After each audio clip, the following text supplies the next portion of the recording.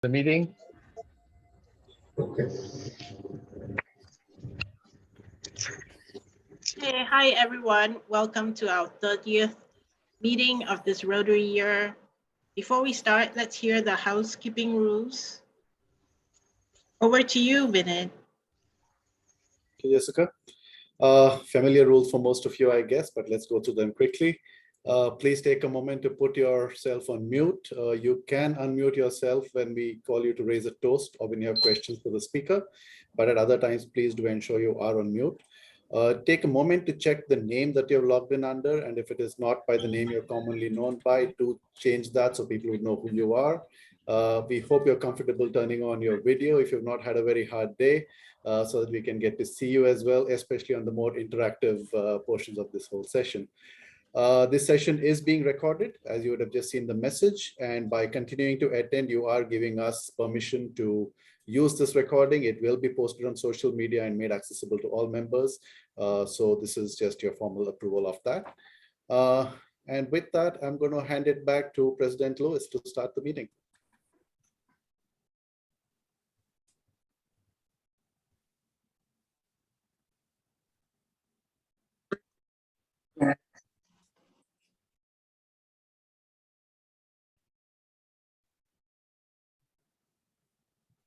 Great, thank you, Vinit, for sharing with us the rules and regulations. I know that some of you have heard it for many times, but well, you still need to do this.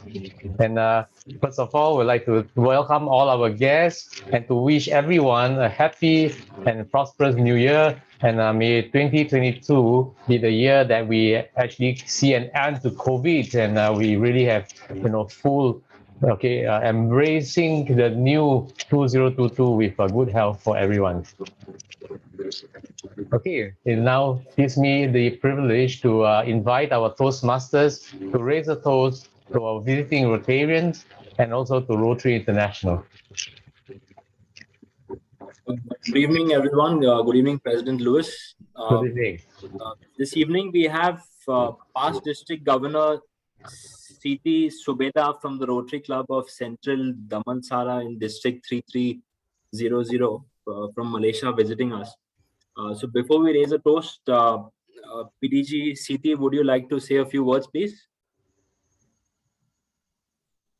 Hi, very good evening, fellow Rotarians, President Luis, and I think we've got two past district governors from your club, PDG Ivo and PDG Philip Chin, and of course your DGND, Dr. Yap. So greetings from 3300, and we really look forward to working together within these two districts. And I think Shahul Hamid, who is also your DRC, we have been very much engaged, and Rotary Club of Singapore has been, I think, the first Rotary Club in Singapore, and we really look forward to working with you, fellow Rotarians. Thank you for having me today. Thank you, and most welcome. Thank you. Our fellow Rotarians, now please join me in raising a toast to the Rotary Club of Central Damansara coupled with Rotary International. Central Roman Damansara and Rotary International. Rotary Damansara and Rotary. Thank you. And if anyone is going to KL soon, please visit Rotarian Cities Vida. Damansara is a lovely place in KL. You're most welcome, President. Yes, thank you very much. We look forward to meeting you in person. And now I'd like to share the next slide.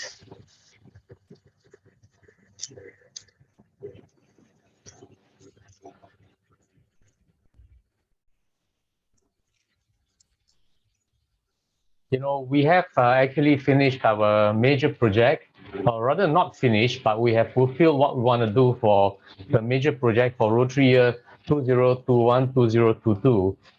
We set out by saying that we will complete what we want to accomplish, and that was to be before the end of 2021.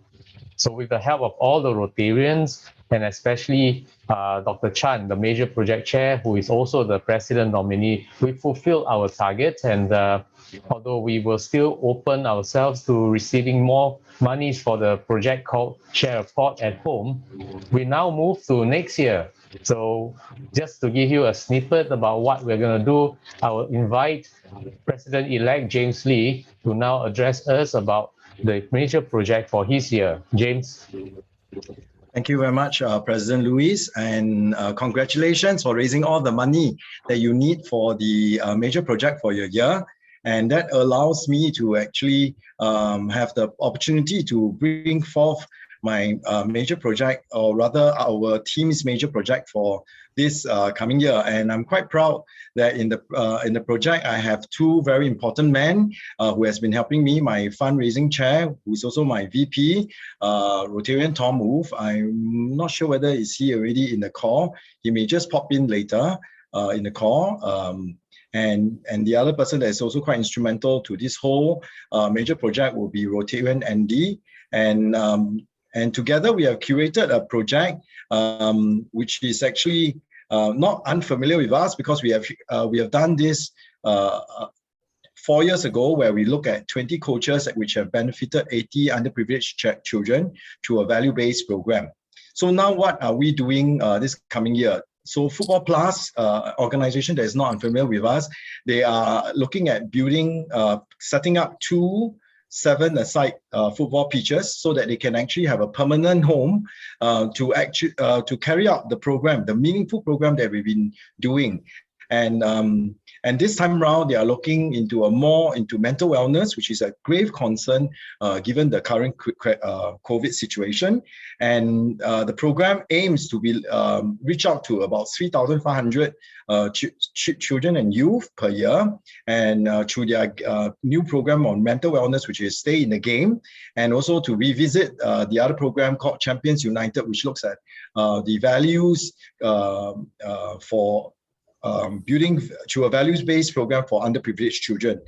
And the email I've written to you earlier this week has given you quite a lot of information about it. And we are hoping to raise 300,000 for them, of which 150,000 will be raised by us. And hopefully the government will continue to announce the matching of 100% for the funds raised, so that, you know, in total we can put up 300,000 for them. So without further ado, I'm just going to invite the two very important, the executive director and the person behind this whole Football Plus program, Mr. Loh Nyap Tai. He is the coach, and he himself has been the person that is centered in executing a lot of the programs. And he's not new to us. For the more senior members have been around, we have seen him presented in a few of our club assemblies, as well as we have visited his project over at the some of the soccer stadiums that belongs to other people. But finally, we're going to talk about one that's for them and them alone, so that, you know, we can be part of this this very meaningful project. So over to you, Mr. Loh. Thank you, James. And hello, everyone. Let me just get my slides going.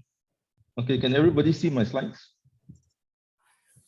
Okay, good. My name is Nyap Tai. I'm married. I got 2 boys. I've been coaching the last 20 over years. And it's really a privilege to be able to partner. This is not my first time partnering the Rotary Club. I really appreciate the partnership, the heart, and you know, the hard work that you know, that the Rotarians are put into to help us.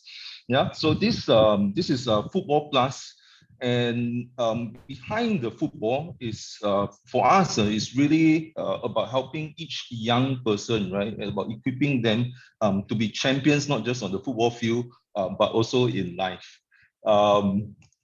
This is a little bit of some statistics that was done here in Singapore as part of preparation, looking into stay in the game, right? We found that, you know, here a couple of statistics here. 1 in 7 Singaporeans have experienced mental disorder in their lifetime. 1 in 5 between 18 to 34. 71 Singapore youth between 20 and 20 to 29 years old committed suicide. And as a little bit of what we done somewhere in 2019, 2020, just before and partly into the pandemic, right? We did a survey through an event as well as a kickabout. And in the survey, right, we found that 30% of young people that we met in the program say that they are not able to cope with the stress in their life. 37% of them say they know of a friend who is in danger of taking his or her life. 27% surveyed said that they've ever thought about ending their life. And then one or two others, 22% say they're not happy in school. And 17.5% say that they do not have people in their lives who support them emotionally. And we feel that as part of our work with young people, mental health is something that we cannot ignore. I think especially in a society like ours, right, where it is particularly highly stressful, we feel that football is really a very good way in which we can engage young people. So Football Plus, we have been operating the organization since 2013. We are a charity, and in 2016 we got our IPC status, and we've had the IPC status since then. So our work primarily works with children and youth in the community, a large portion of them who are from low-income families, as well as some groups of young people in schools. So stay in the game, right, really is about helping young people to be resilient, yeah, to help them, to be to handle the challenges that they face in their life. So stay in the game. The word "stay" is basically an acronym for these few words: surround yourself with friends, talk to someone, aim for a goal, and you can do it. We are not medical practitioners, but we feel that our role are more like first aiders, yeah, because we are right there in the community with the young people through games of football. We want to create an awareness through the message that we share at every kickabout, every game, every training, as well as part of the process includes bringing adult mentors, right, to go and play with them, share a message, and be a friend with them, yeah. So this is really about what stay in the game is, and part of our effort in stay in the game, besides working directly with the young people, is our goal. One of our goals is to train and equip 60 football coaches or teachers.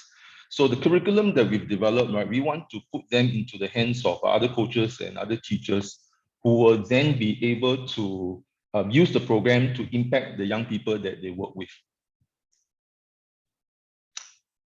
So this is a little bit of a description of stay in the game, the acronym that I just mentioned. One of the key things, I just highlight one of them, right, is surround yourself with friends. You find that this is something that we sort of assume will happen, right? But unless we are very intentional, and this is really one of our goals, you know, through a game of football, right, to help young people make connections and bring adult mentors into the picture in their lives. And the ultimate goal is really to build a supportive environment, build a support network for these young people. The other key program that we've done in our previous partnership with Rotary was Champions Unlimited.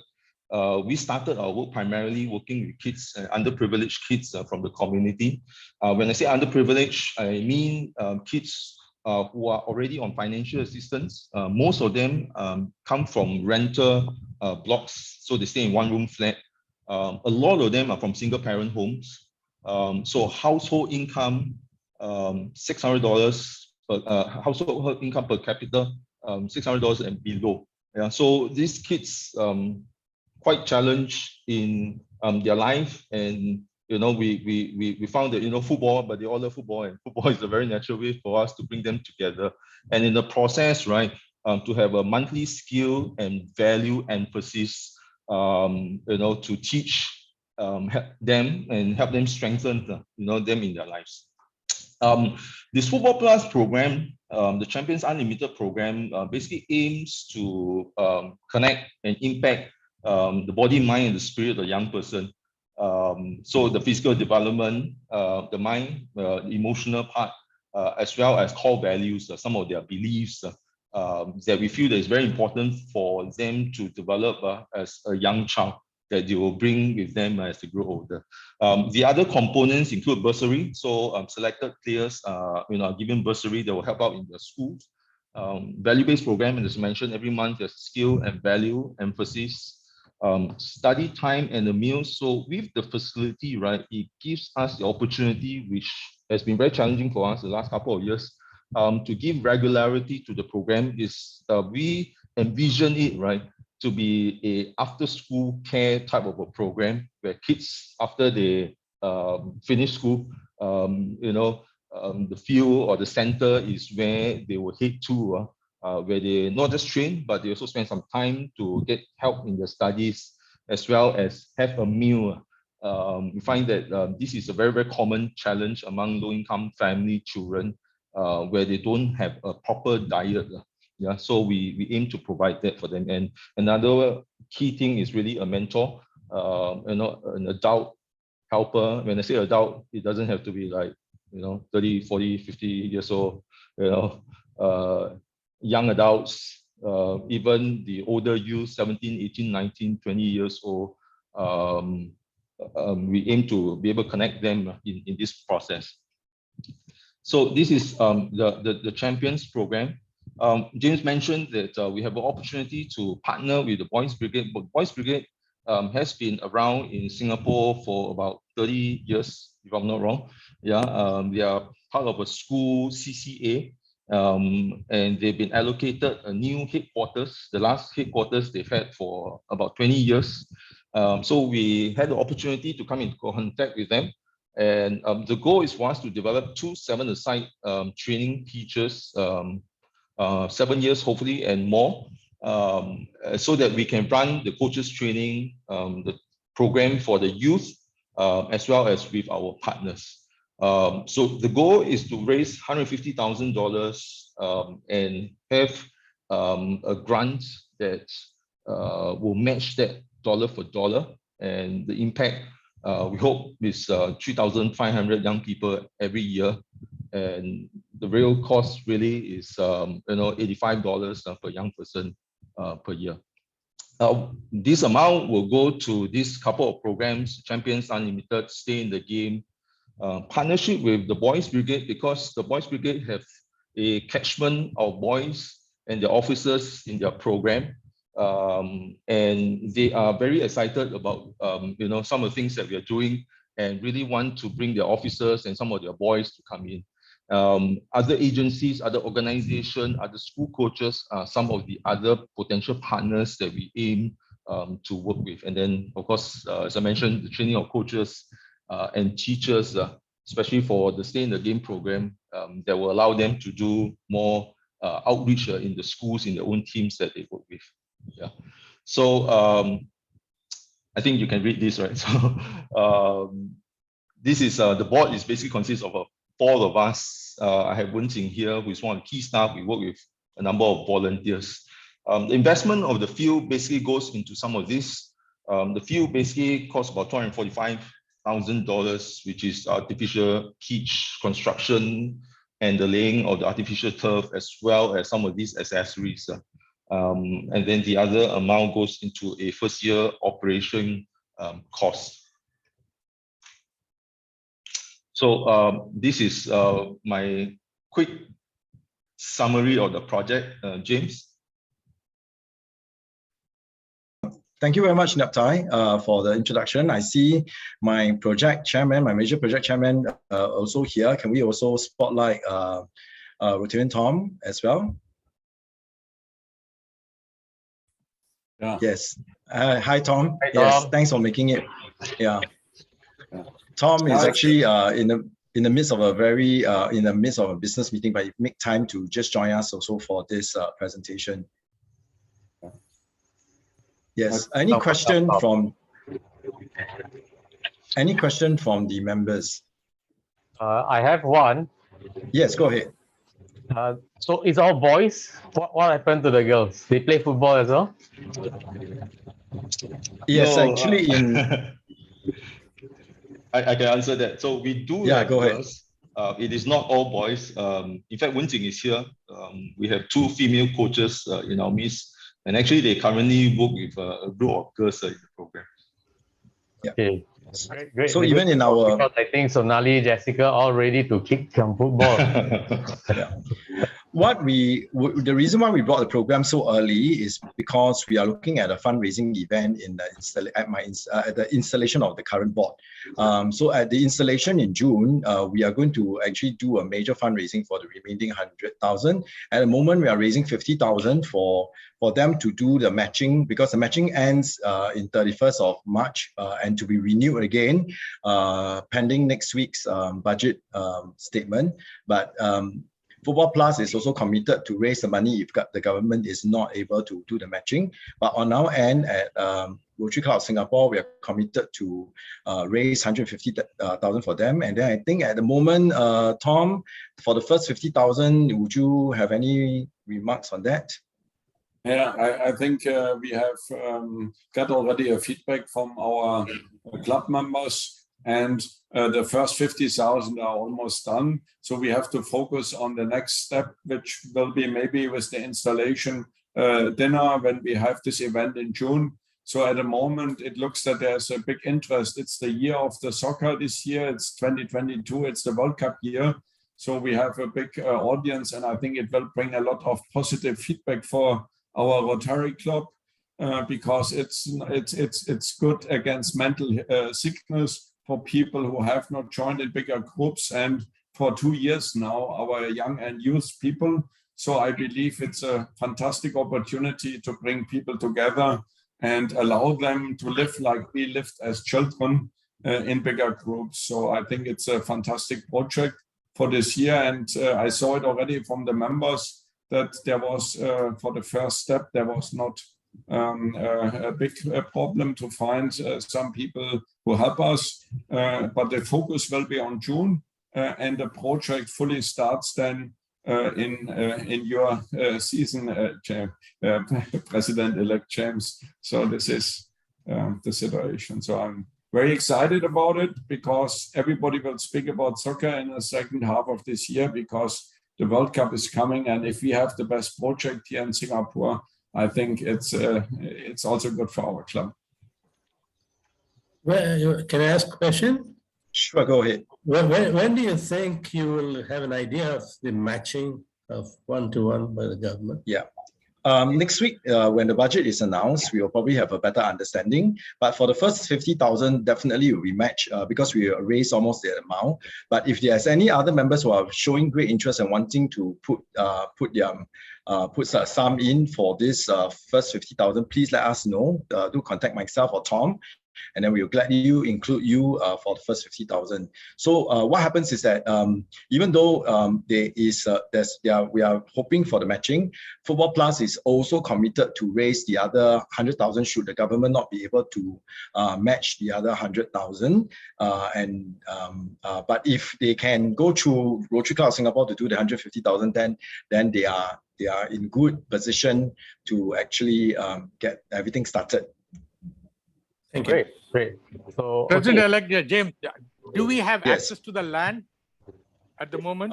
The land is actually government land, which is actually given to BB to host BB, of which BB has signed an MOU with Football Plus to allow them to manage the land for the next 7 years with a 2+3+3 renewal. Normally, the government don't take back the land after they have given it to a charity unless something very, something goes really wrong. And we know that Boys Brigade has been with us not for 30 years. It's been around for like 70 years or 80 years already.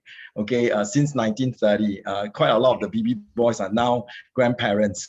Okay, so we are confident of the good with the good work that Football Plus have done, and also with Boys Brigade having a very good reputation in Singapore. We believe that the land is able to, they can continue to use the land. And part of our MOU, which we hope to sign after today's endorsement by our members, we hope to sign the MOU with them, allowing us to run 4 events with Football Plus. for the next year. So we're looking at running 4 events where we can bring our members, family members, the children, when COVID allows, to come together to have a game of soccer or to have a football carnival, whereby we can interact with the beneficiaries as well as students and the coaches that will be trained through this program. I hope that answers your question. Yes. Yeah, thanks. Okay, P. James, we will have to move to the next segment for this evening. Yeah. We would like to thank you and Yap Chai and also Tom for addressing us. So, President Luis, can I just take the project with no other members' objection and question, that we take it as that we endorse this project for the major project for the 2022-23. We are still open. I will keep a 1 week open period. I will write to the members again, and then within a week, if there are no major objection, we'll just take it that it's endorsed, and then I can go ahead to sign the MOU with Football Plus. So with that, we thank every member, and we look forward to your support in this program, not just in terms of funding, but coming down to play football with the beneficiaries and amongst the Rotarian having a football game. Okay, thank you very much, and back to you, President. Okay, and I would like to just say that I posted something on our chat, and that is actually our member, Teh Hui, who actually was the producer of this movie called Kalang Raw, the movie. So my suggestion is that we work with Hui and see if, well, Hui would like to do a production on this, and also perhaps use that movie as a fundraiser. That's a thought. Hui, over to you when the time comes. Pre-screening for the fundraising. Yeah. Yes, thank you very much. So yeah, here we go. Another avenue. The other, of course, will be Uttamji playing soccer, and then we'll raise funds through that. Okay, now can we move to the next segment, and I will. Okay, so that is Mr. Loh Nyap Chai. Thank you and welcome again. Next, we have some birthday celebrants. We have Bruno for today. That's 9th of February. And Robert, you're here. I saw you just now for 13th of February. And then we have Ira, who is not here because she told me that she is going to do some celebration this evening. It's her birthday, so we wish her happy birthday. And Valentine's Day, that's Pierre, Bruce, and Jasjit, Arnat, and Sabrina, Nirmal, and Rajani. So all of them on, Valentine's Day. So we wish them most happy and blessed wedding anniversary. Next, okay, can you all please take out your handphone now? Okay, take out your handphone. I don't see you all taking out your handphone. Turn on your camera, scan this QR code, and then you see if you're lucky enough to be, getting a seat for next week's physical dinner. Mr. Loh, you are most welcome to also join us. All right, so for all our guests who are in Singapore, you are free and, you are most welcome to join us. So this is for next Wednesday, 16th of February, physical meeting at the Pending Club. Okay, thank you for all your support. We only got a few seats left, so just go ahead, scan, and then if we have enough seats for everybody, that will be great. If not, we'll see you at the following week, which is also a physical event. That will be 23rd of February, a big event called World Understanding and Peace Day, which is actually the national day of sorts for our Rotary. Okay, because Rotary International was founded on the 23rd of February, 1905. So every year on the 23rd of February, we celebrate World Understanding and Peace Day.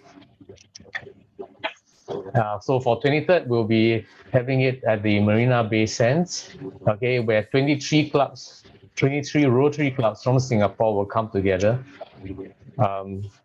The number of attendees allowed, we have the restrictions. So once the details comes out and the Eventbrite QR code comes, do quickly sign up.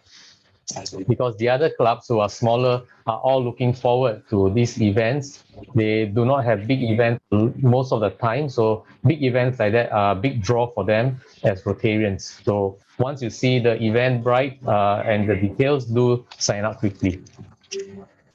And then on to some not so happy news. Happy but not so happy. We are still good because the Rotary year not ended.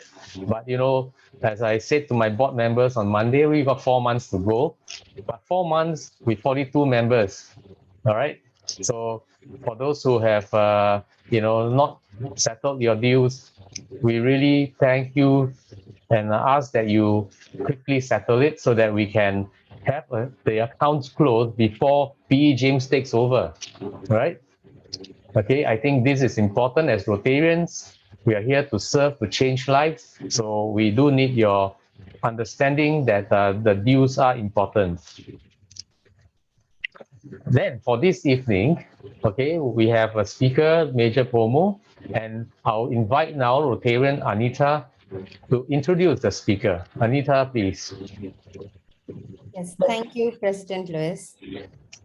So the speaker of the meeting is Major Ponno Kalastree, who is the founder and the managing director of Mainguard Security Services, PT Limited.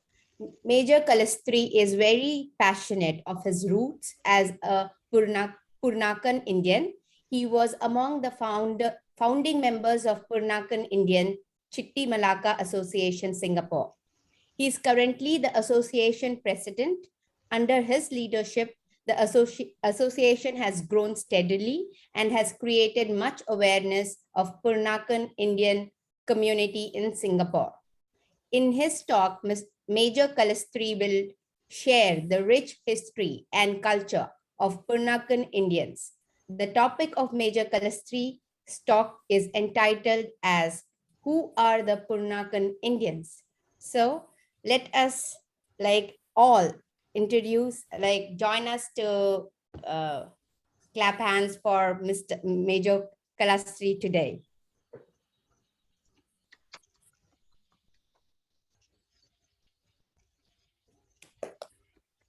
Yes, Mr.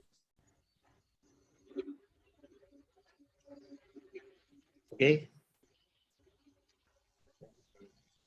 Can I? Right. Hello. Yes. Can all hear me? Yes, very much. Okay. Thank you for the introduction. Evening, ladies and gentlemen.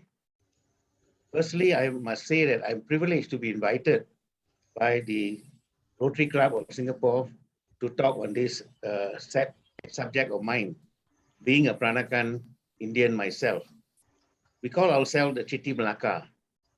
Chitti means, in Tamil, it means merchant. And Malacca means that we originate from Malacca. So before we can start, I would like to introduce by saying that the National Heritage Board of Singapore have singled us out to inform the public of the early Indians in Singapore.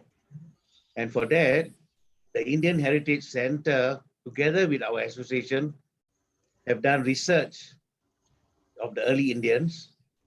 And we found that the Chettis, who are Singaporeans, had originated from Malacca.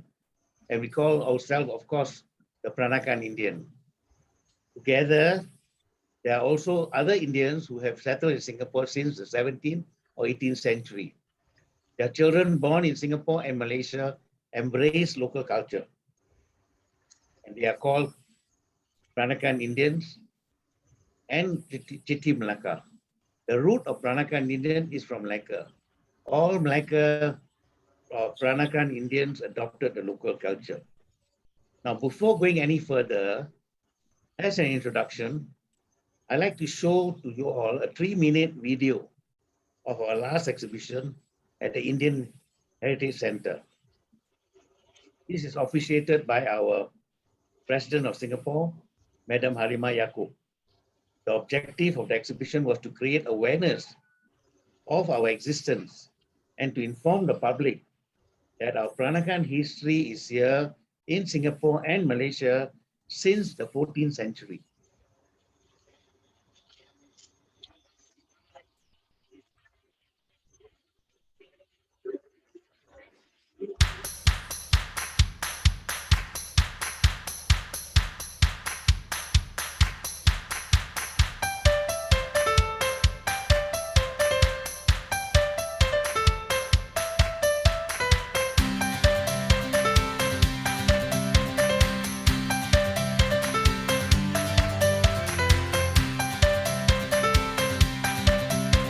This is the Chitty Malacca Straits Exhibition Cultural Festival, and I'm very happy to welcome you to this.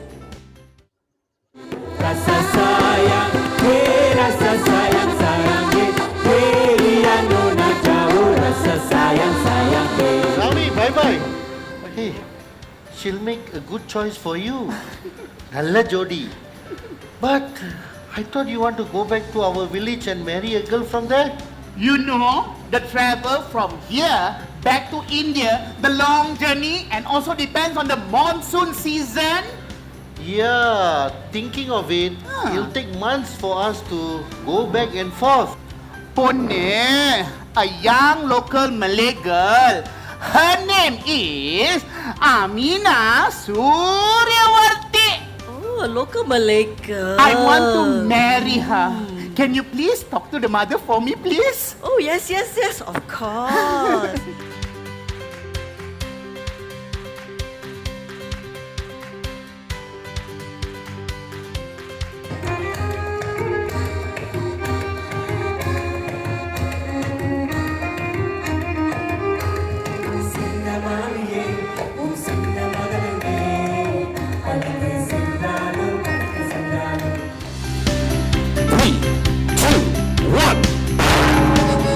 Ladies and gentlemen, big round of applause, and the launch is on GT Malacca of the Straits Exhibition and Culture Fest.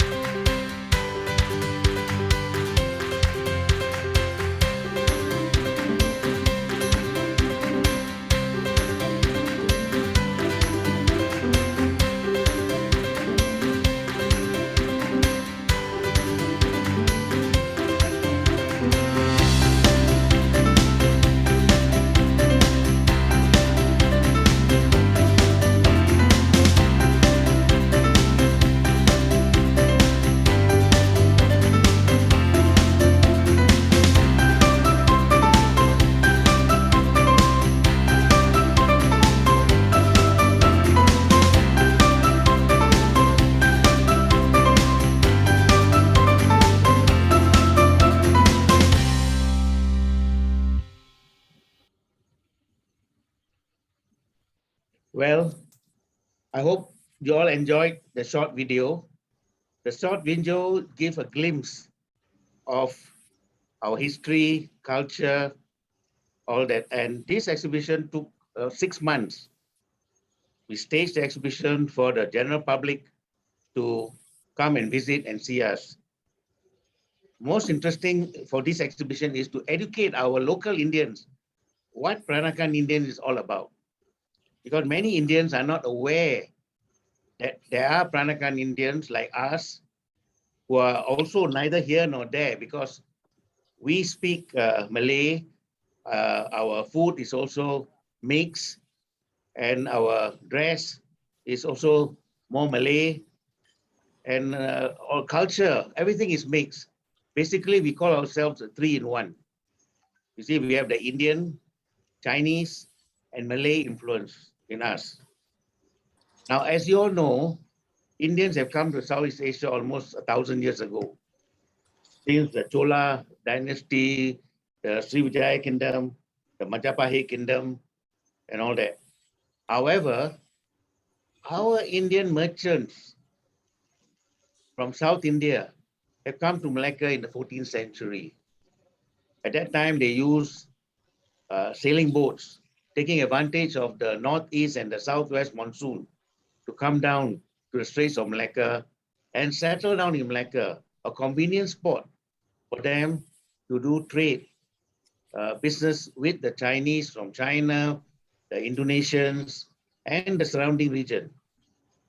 And since they settled down in Malacca, they have to stay there for 6 months to wait for the next monsoon season for them to go back to India. And for that, they have to mix around with the local, and they got themselves married with the Malay women, the Chinese women. But not so much with the Indian women, because when they come down, the Indian women are not allowed to travel across the ocean to see. So all are men folks and businessmen. They are wealthy businessmen. So this mix of the three races is what we call the Peranakan Indians, Chittim Malacca. In fact, we have to give our gratitude to our former S.R. Nathan, former president of Singapore, who actually initiated this idea for us to form an association, because he felt that everyone knows about Peranakan, and they know that Peranakan are basically Chinese. They speak Malay and they have Malay influence. But being a Peranakan Indian himself, our former president, his mother also used sarung kebaya, baju panjang and all that, speak Malay. But there is no Peranakan Indian Association in Singapore. So he encouraged us to form an association. And this was 12 years ago. And since then, we started to promote our culture, our presence. And now the last 12 years, we are getting more and more people, members of our association. The book was also written by our historian, Samuel Dorisingam, on Peranakan Indians of Singapore and Malaysia. And that book itself was published by the Southeast Asian Studies of Singapore. So, as you can see, now I'm talking so much about Peranakan Indian because we are proud of our existence. Earlier on, we are neither here nor there. We have a typical Indian look, a very traditional Indian name, but can't speak our language, our own Tamil language we can't speak. We speak Malay. So in this talk, I will just run through, because time is a factor, on our religious practices, traditional custom and practices, food, language, and dressing. Now, the Straits-born, we call ourselves the Straits-born Indian. We are the Chittim Malacca, C-H-I-T-T-Y. That is Singapore spelling. Malaysia spelling is C-H-E-T-T-I. See? In fact, Malaysian Chittim Malacca is applying to become, for the government to become the Bumi Putra of the country. Hopefully that one day in Singapore, we can also be the Bumi Putra in Singapore. Because we have the Singaporean identity. We have the three races influence in us. And of many of us, we ourselves do not know actually which part of village in India that we actually come from.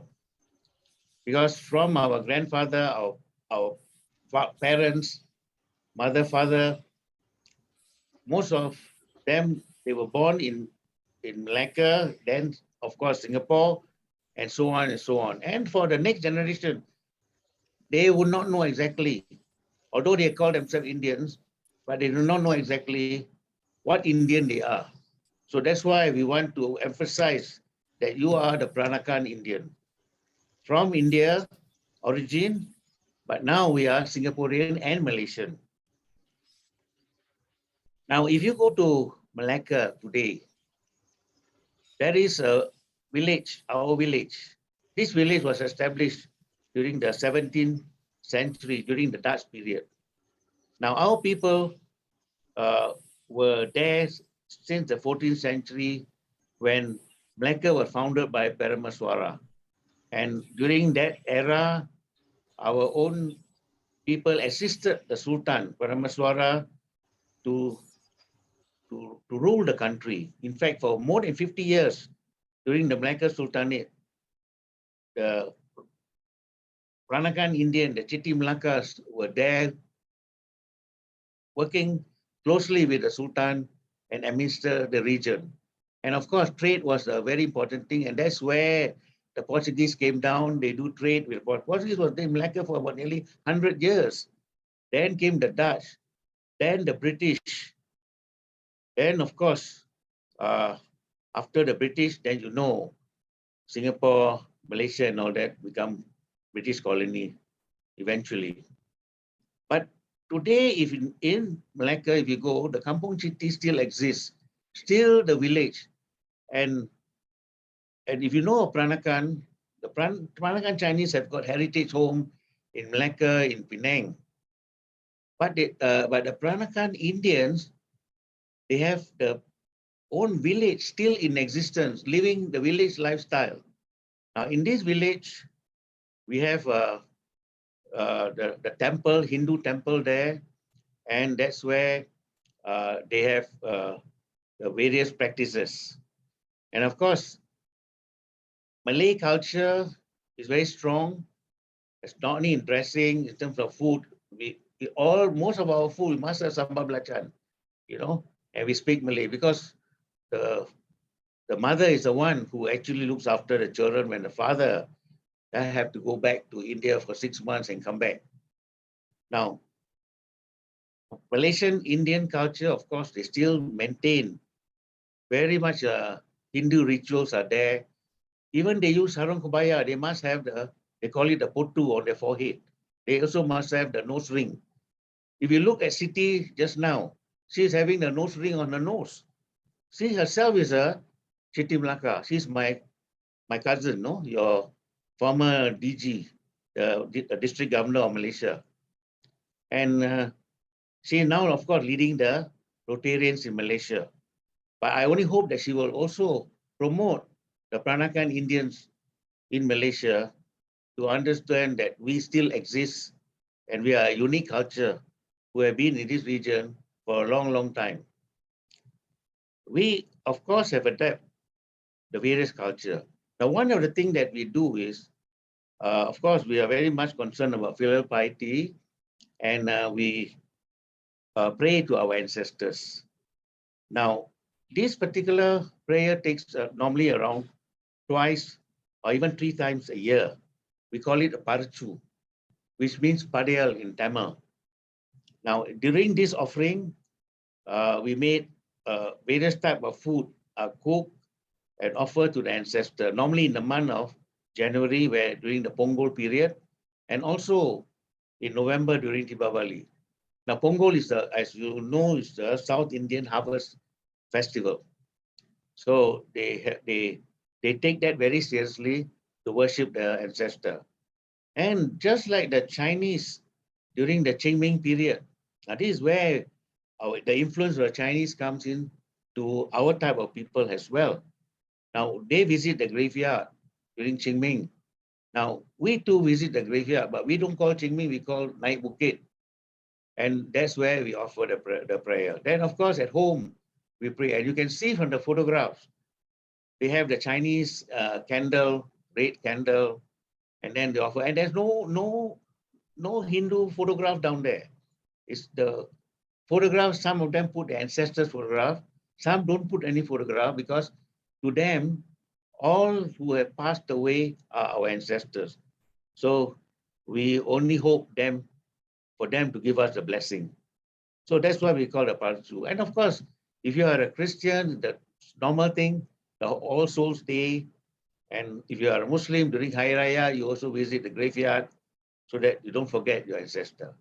Another unique thing that you know about our culture is that we have the Datuk Chacha festival in Malacca. In Tamil, it's called Aman Dirunal. It's in the Hindu temple there. This is the oldest Hindu temple in Southeast Asia till today. Now, this Hindu temple, if some of you are Indian, you'll know, it's a Mariamman temple. Now, they call it Datuk Chacha. Datuk Chacha, it means smallpox. Why smallpox? Because they believe that they do offer penance and participate during this festival. Those who have got smallpox or chickenpox will be easily cured, or those who haven't got yet, there's a prevention for them. And to be very frank, most of the devotees down there, about 40 to 50% are Chinese devotees. You can see they also pierce their tongue, their body, and they also walk at least 3-4 miles away from one temple to the other temple and fall in a trance and worship the Hindu god. And at the end of the festival, in the evening, they will pull, the 2 cows will pull the chariot out from the temple and visit the village from house to house. And in front of the 2 cows, they have a huge, 2 huge built up lady, big breast, diamond looking face, very frightening. And the drums will beat and they will start dancing and clear the path for the chariot to bypass from house to house. The idea of this is to clear the evil spirit so that the chariot can pass through. Now, these are all the beliefs that took place. And the people who are, especially the Peranakan Indians from Malaysia, Singapore, they converge normally during the month of May that you will have this temple. Okay, then the next thing, another unique thing you see is the traditional wedding. You have seen just now at the video, there was also the wedding that took place. And what happened, there was also some activities. So you see, now here you can see the bride and groom. The dress is different. Although we are Indian, but then you see the dress is mixed. Malay mixed and Chinese. The headdress, you see the bride is more Chinese. Then it's also Hindu practice for the wedding. The bride and groom will sit on the stage, and then they have the Hindu priest, and the bride and bridegroom will go 3 times round the dais. All that you can see in a Hindu wedding. But then you see the people surrounding that are all in sarung kebaya. You see? And at the end of that ceremony, they start with the music. And the music is a Malay music called the ronggeng. And everybody just start dancing the ronggeng, like what you saw just now in the video. So this is what they took place. They're unique in our culture. That's why we call ourselves the unique ethnic community where we have mix of the Chinese, the Malay, and the Indian. Now come to the food. As you can see, we also have the Malay and Indian cooking, same. Of course, all of you are aware, the popular dish, nasi lemak. Of course, nasi lemak also, can you imagine? This was originated since the 14th century, you know. Our people have already been cooking nasi lemak. Of course, nowadays nasi lemak is cooked on the stove, but our time, we steam the nasi lemak. It's completely different. And of course, the signature dish again is lauk pindang. This is a type of where you don't find in any restaurant this lauk pindang. Of course, asam pedas is more Malay, and the soso masak hitam. Then you have the Chinese dish in us called the chapchai, and etc. etc. You see? So these are the type of food that we have been eating. Of course, now come to the snacks. We also have a lot of sweet, savory. We call it the kueh kueh, the nyonya kueh. Some of you have tried, like you have seen from the photograph, the pulut tekan, the unde unde. Of course, tepung gomak, kueh lapis, kueh kesui, pulut hitam. I mean, many other. I can name you a few. So these are the sort of thing we follow. And the Chinese Peranakan are also using the same thing. You see? But besides this, our Indian Peranakan also have the Indian thing like as you must have seen, the wade and all that. We have payasam as a dessert. We also use that. But then we have a slight mix with our Malay taste. Language is the next thing. It's also fusion. We speak Baba Malay. The Baba Malay, we have mixed Tamil and Chinese as well. The use of Chinese words like gua, lu is Chinese. And Tamil words like talapa, tol tundu, all that is Tamil words, you know. And our family members, parents, we call bapa or ma in Malay, you know. And of course, some they follow the Indian like appa or naina like that. And family, we call ani or mama in Tamil. Brother, we call abang. But in our language, we call aning. City, my cousin called me aning, you know, till today. So this is the lingo that we speak. Sister, we call akka or kaka. No, and for example, I can give you one sentence where in one sentence there is Chinese, Tamil, and Malay words. For example, lu pergi mana? I will answer, I say gua. Gua nak naik loteng, makan karwadu kari sama nasi. You see, that's the way we talk. Now gua is Chinese. You see, pergi mana? Okay, nak naik loteng, naik, you walk up the steps. Loteng means upstairs. You see, loteng is Chinese word. Then what does it mean? To eat, makan, to eat. Karwadu is what? It's Tamil word. It means dry fish curry with nasi. Nasi is rice. So you see, Tamil, Chinese, Malay in one sentence. And there are many others. We call it the Creole language, the Patois language. Until today we speak, but unfortunately the younger generation, they're slowly talking either Mandarin or pure Malay or English. And this language is forgotten. Slowly it's being diluted. But we still speak, you know, to our parents, our brothers, sisters, and our cousins and all that. So this is the situation that we speak. Now, dress. You see the attire, the men folks and the women folk. The men folks, normally we never use a white dhoti. They call it a vesti. We always use a sarong.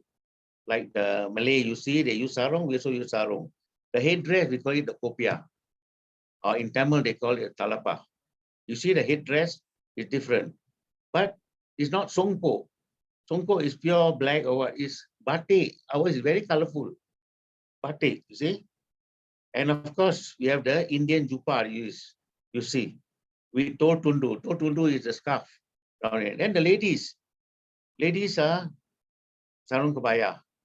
You see, and they have the krosang. Krosang is the type of either gold or silver buttons they use.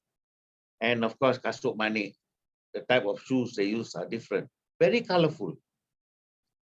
Then towards the end, now you see the babas and the nyonyas, the white and the dark, you know, the young and the old.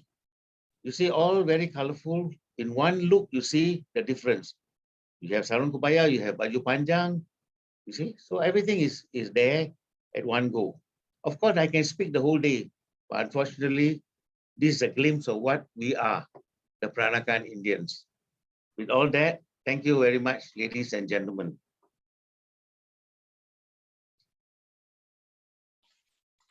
Yes, if you all Thank you very much. Thank you, Major Ponno. Yeah. Thank you. Very interesting. In fact, what you've just shared is close to my heart because as Peranakan Chinese, we face the same thing exactly as you.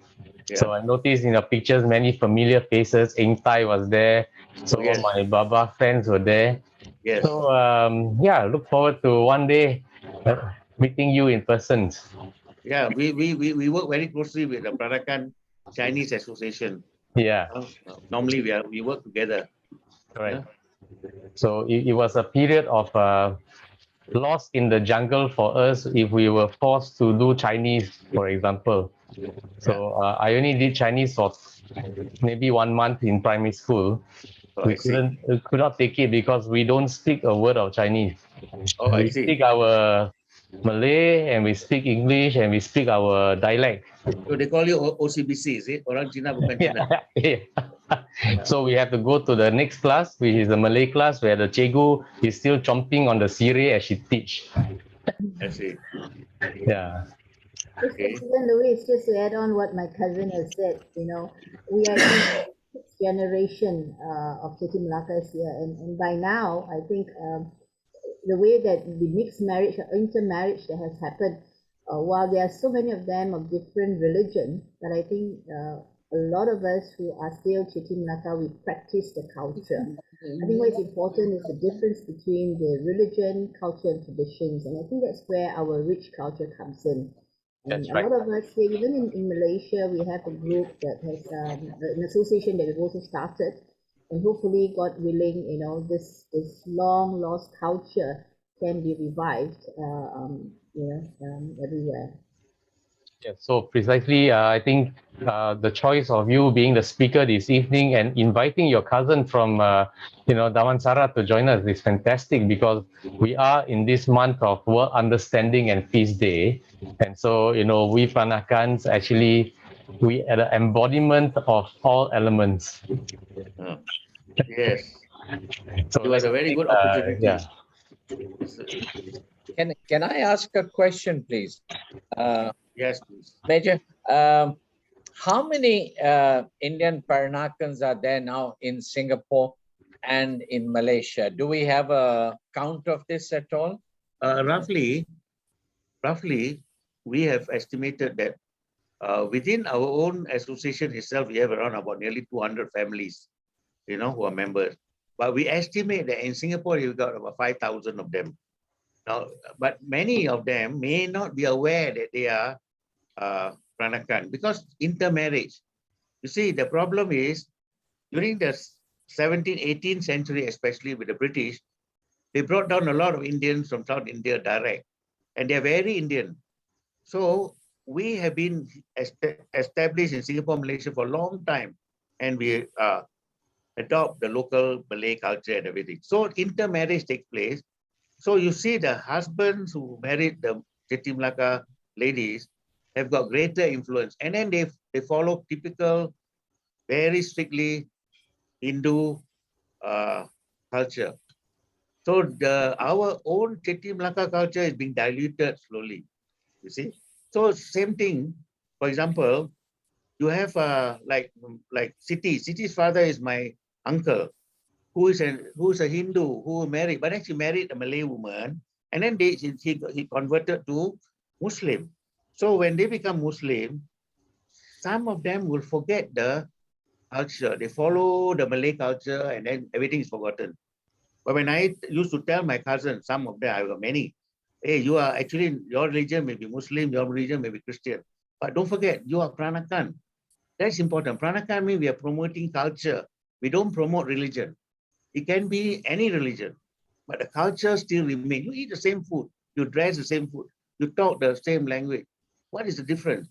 You see? So this is around over 5,000, you can say, in Singapore. Yeah. And one more question, if I may. Where could we get pure Peranakan Indian food if we wanted to go to a restaurant? Or would we have to be invited by you or one of the Major's house? No, you'll be, yeah, correct. You'll be surprised. Up to today, we haven't got a restaurant yet. But there is a restaurant in Malacca, just started a restaurant. But in Singapore, none yet.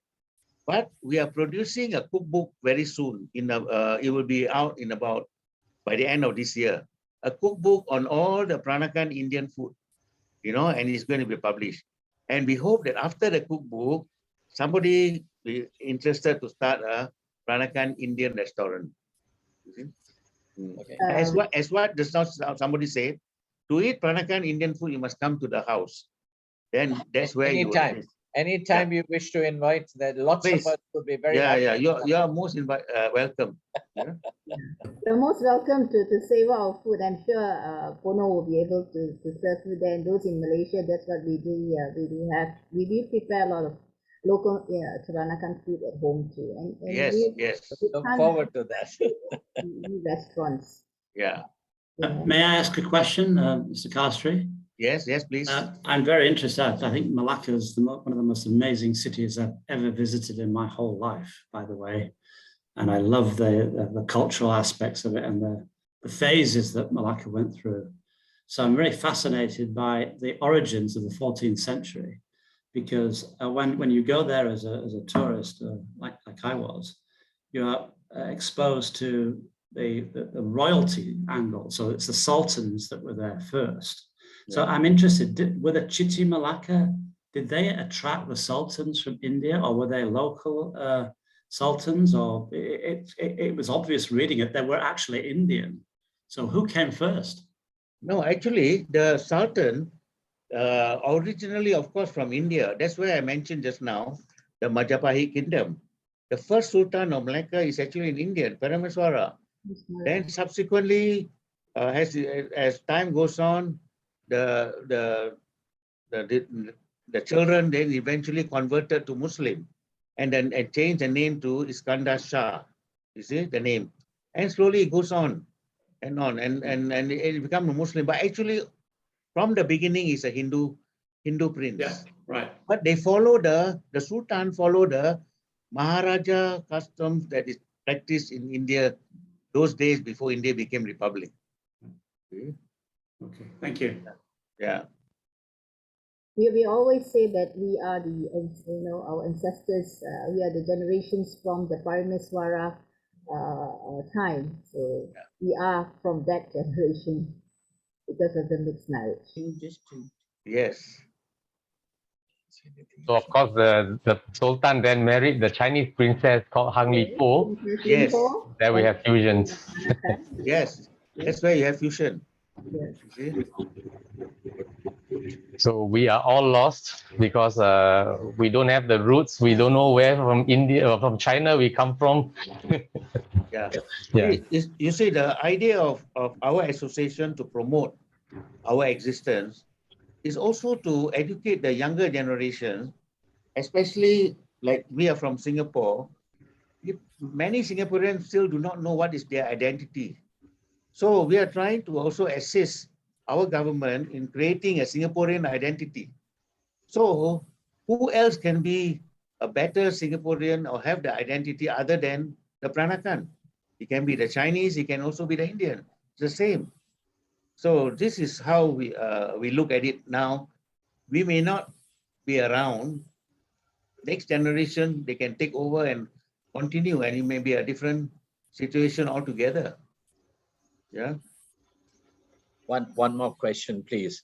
Have there been many marriages between the Peranakan Indians and the Peranakan Chinese, Malays? Yes. Yeah. There are. In fact, as just now the gentleman mentioned about similarities, in fact, the Peranakan Chinese and the Peranakan Indian, they fit very well because they understand each other's culture better. You see, there are quite a number now. Indian marry Chinese in that manner. You see, so More importantly, the cuisines are similar. yeah, correct. That's true. Nothing beats the sambal belacan. Yeah. The way to a man's heart is through his stomach. Yeah. And your buah keluak, President Louis. Yes, that's right. Yes. So you cook it the same way? Yeah. Okay, but yours with the variation that is not with the pork ribs. Without the pork. Okay.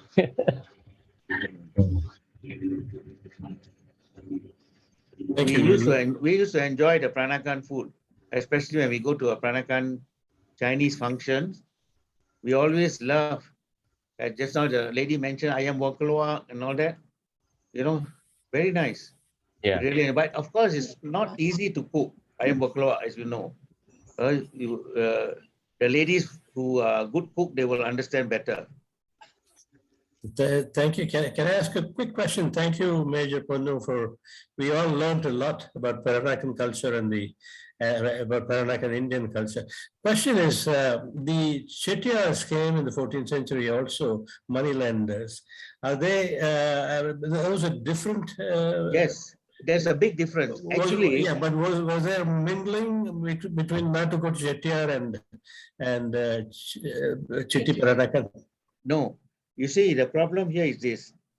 We, when I mentioned that we are Chitti, C-H-I-T-T-Y, we are considered as merchant. We are not moneylender. The Chettiars come only during the 18th century when the British, and they are also wealthy. They are moneylenders. In fact, they were the banks at that time for all the traders they lend money. But we are different from them. They are Chettiars. There's a lot of confusion on this. Many people think we are Chettiar. We are not. We don't know how to lend money. Maybe we know how. We either lose money or we know how to give money. That's the difference. Chettiars are very good. But timing was somewhat similar. 14th century, I think, right? 14th century. Yeah. Yes, sir. So any questions? Anybody else? Thank you. Anybody else wants to become a Peranakan Indian? Just absorb yourself into the culture. So I think as what Major and PDG City said, it's not a religion or race, it is a culture. Exactly. So the culture means that it is not defined by what you really dress. You can dress in the baju panjang, you can dress in the kebaya, but then culturally it may not be the same. So I think culture is really, if you go to someone's house and you see what they eat, okay, on a daily basis, I think that is where you can define whether that person is or is not a Peranakan. Yeah. So it's still back to the stomach. Yes. Yeah. But there are differences between, say, the languages. So the language also is one. So being able to speak Bahasa Melayu or Bahasa Indonesia does not make you a Peranakan. Okay, so you have to be able to speak the Patois, so the Gua, the Lu, and also the mixture. Yeah. That's true. Important is the sambal belacan must be there. Oh, that one penting. I was intrigued by the hantu tete. We used to make jokes about hantu tete, but it's too vulgar. We will not talk about it here. Yeah. They just finished the hantu tete ceremony last week after the Pongo. Yeah. But I think most of them wouldn't know what the TETEK means. Give it to your club to share with your members later. When they all find out what is TETEK, then we can explore. Yeah. But it's very interesting. During that festival, the Chinese seem to dominate the festival. The Chinese, they are very supportive, and they are part of the ceremony as well. Yeah. So I was able to bring some of the local Chinese association members by buses. They brought them there, and for the first time, they also see Peranakan Indians activities. Before our association was formed, nobody have heard of us. All of us are considered Indian, but our former president S.R. Nathan, he was the one who pushed us, initiate. And because he was invited by the Chinese association as guest of honor during their dinners, and he would have felt that, there is also Indian Peranakan, why Indian Peranakan are not coming forward? So that's how now we are able to talk, you see. Yeah. So which is why you were absent when the Peranakan Museum opened here. You were not there. Yes, the first time, yes. But now they are going to launch, after renovation, they're going to launch the new Peranakan Museum. We will be there. The three, the Indian and the Chinese. And they are trying to get the Muslim Muslim, they are called the Jawi Peranakan. Yeah. But Jawi Peranakan hasn't come up yet. They haven't got an association. So it's difficult for the museum to identify. You see? They need to work with an association as a body. Yes, that's right. So there are Peranakans in other parts of the world as well. So I think there are some in outside of Malaysia and Singapore. In Indonesia, there are Peranakans as well. Yeah. Every year there is a convention. Baba Nyonya convention. Yeah. For the last 5 years, every year I used to attend.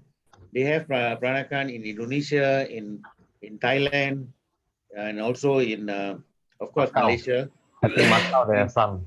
Macau I've not heard. Yeah. Macau, is it? I see. Yeah. So during that, it's very, very colorful. We were able to be aware of the Peranakan culture of various races. I've been to the one in Armenian Street, but are you saying there's a new one going to open soon, or? Yeah, Armenian Street was the earlier museum, but now I think I don't know whether they are renovating there or they are having it at the Asian Civilization Museum for the new Peranakan museum. They're going to do that.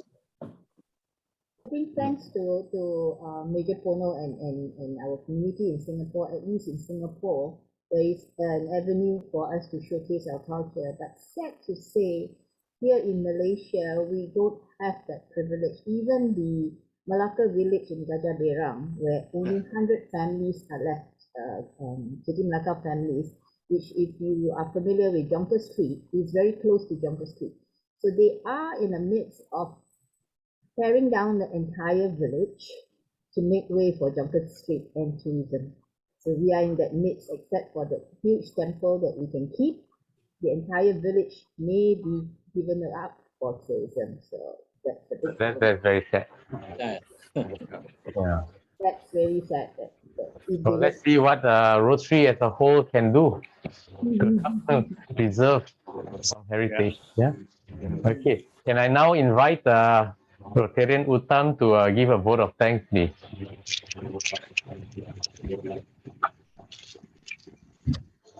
Thank you very much. Well, it's been more than 25 years since I last visited Malacca, believe it or not. And during that, I think it was the Rotary District Conference that was held in Malacca, and I led a team from Singapore. I was a sort of conference onto Malacca conference situation where we rented a coach and about 35-40 of us went to Malacca and saw a little bit of the culture and the ideas behind Chitti Malacca. My knowledge of the Peranakans was more centered around the Chinese and Malay groups originating in the Malacca area. But your talk, Major Kalastree, has certainly highlighted the origins and existence of the Chitti Malacca and some of the traits also associated with other Peranakans. Well, as Singaporeans, we certainly appreciate food, and the fact that some of the popular dishes that you mentioned, the nasi lemak, the nasi kembuli, and the ikan pindang, may have had Peranakan Indian origins, certainly was an eye-opener to somebody like me. Maybe we should take your help and see if we can organize an evening of Peranakan Indian food. I'm sure President Luis would be quite happy to lead a group like this. And Major Kalastree, perhaps you can assist us in setting this up in some way or the other. Many thanks, Major, for helping us understand and appreciate more about the Straits-born Chitti Malacca. Fellow Rotarians and guests, may I request you to all unmute and show him your appreciation with a warm round of applause. Thank you very much. Thank you. Thank you. Thank you. Thank you. Over to you, President Luis. Yeah. Thank you very much. Thank you for inviting me. Thank you. It was a privilege. Thank you. So once again, we'd like to thank Major Ponno as well as his cousin PDG Siti Subaida for joining us this evening. If you have more questions, we can only discuss it over food. Yes. Okay. So Okay, then. Okay, so we have to say kamsia to Baba Ponno, okay, for coming and sharing with us. Okay, we shall definitely meet again. And, do join us for our events like next week. If you are in Singapore, do join us for our World Understanding and Peace Day, 23rd of February at the MBS. So we'll have more than 100 people coming. I think there will be a lot of demand for seats, but 23rd of February, do join us for those who are here. So with that, I would like to say, see all of you who are here also next Wednesday at the Tanglin Club. Okay, you've got a QR code. If you need help with the registration, call Linda. She's shocked, but never mind. Just call her. Okay, so with that, I would like to say we come to a close of the meeting, and feel free to stay back for a short fellowship and find out more. Okay, thank you very much. Thank you.